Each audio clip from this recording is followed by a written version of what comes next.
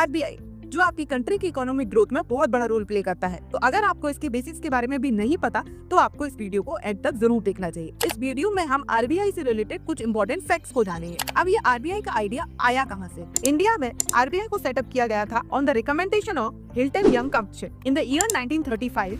Reserve Bank of India was established with the law called Reserve Bank of India Act 1934। Initially जब RBI को 1935 में establish किया गया था तो वो लोकेटेड था कोलकाता में।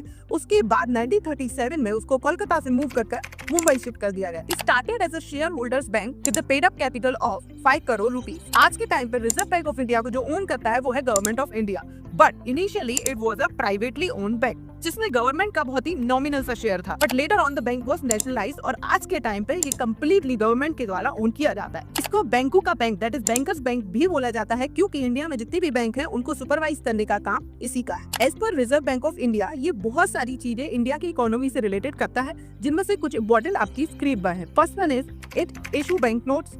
Second one is keeping of the reserves to secure monetary stability in India. Third is operate currency and credit system of the country. Fourth is to meet the challenges of an increasingly complex economy. Fifth is monetary policy framework in India shall be operated by RBI. अगर आपको RBI से related और भी चीजें जाननी है detail में तो आप RBI Act 1934 को रेफर कर सकते हो। For more such videos, do follow Legal Bear बताएं।